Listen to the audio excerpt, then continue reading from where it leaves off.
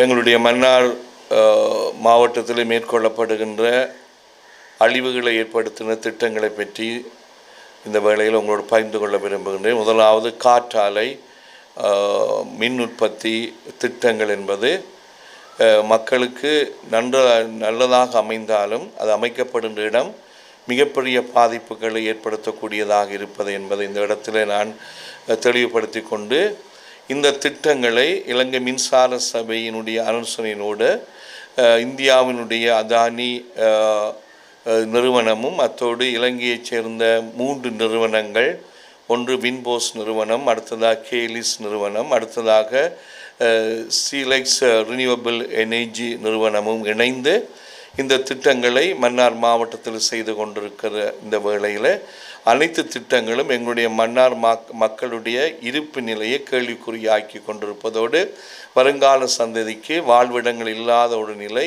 ஏற்பட்டு கொண்டிருக்கின்ற இந்த பயங்கரமான சூழ்நிலையில் இவை அனைத்தையும் நாங்கள் மன்னார் தீவிலிருந்து மக்கள் வாழுகின்ற இடத்திலிருந்து அப்புறப்படுத்தி மக்கள் இல்லாத ஒரு நல்லதொரு இடத்திலே அதை அமைத்து கொள்ளுமாறு அரசிடம் கடந்த பல ஆண்டுகளாக நாங்கள் எங்களுடைய வேண்டுகோளை விடுத்திருந்த பொழுதிலும் மக்களுடைய மனித உரிமைகளை மீறுகின்ற வரையில், மக்களுடைய வாழ்விடங்களை அளிக்கின்ற வகையில், மக்களுடைய வளங்களையும் அவருடைய இயற்கையும் அவருடைய வாழ்வாதாரங்களையும் அளிக்கின்ற வகையில் கண்மூடித்தனமாக இந்த திட்டங்கள் அனைத்தும் மக்களுடைய எந்த விதமான சம்பந்தமும் இல்லாமல் இந்த நடவடிக்கைகள் மேற்கொள்ளப்பட்டிருக்கின்ற வேளையிலே அதை தடுக்கும் முகமாக நாங்கள் மிகப்பெரிய ஒரு மக்கள் பேரணியை நடத்துவதற்கு இருக்கிறோம். அத்தோடு இந்த அழிவை ஏற்படுத்தின திட்டங்களோடு மன்னார் தீவிலிருந்தும் மன்னார் பெருநிலப்பரப்புகள் சில பகுதியிலிருந்தும் மண் அகழ்வு திட்டங்களை அமுல்படுத்துவதற்காக 2 நிறுவனங்கள்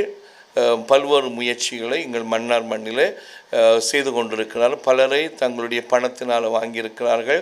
பணத்தினால் காணிகளையும் அவர்கள் வாங்கி அந்த முயற்சிகளை முன்னெடுக்கின்ற மிகப்பெரிய அழிவை ஏற்படுத்துகின்ற செயல்களை செய்து கொண்டிருக்கிறார். அந்த நிறுவனங்கள், ஒன்று டைட்டானியம் சான் நிறுவனம், ஒன்று ஆஸ்திரேலியாவை தளமாக கொண்ட நிறுவனம், அடுத்ததாக சான் மினரல் மெட்டல் நிறுவனம் இந்தியாவை தளமாக கொண்ட நிறுவனத்தை சேர்ந்தவர்கள் மிகவும் ஒரு மோசமான நிலையிலே மக்களுடைய வறுமையை பயன்படுத்தி மக்களுடைய வாழ்வை அளிக்கின்ற, அவருடைய எதிர்காலத்தை அளிக்கின்ற நடவடிக்கையிலே கண்மூடித்தனமாக ஈடுபட்டு கொண்டிருக்கின்றதிலே இந்த அழிவில் இருந்து மக்களை மீட்பதற்காக இந்த மாபெரும் பேரணியை நாங்கள் நடத்துகின்றோம்.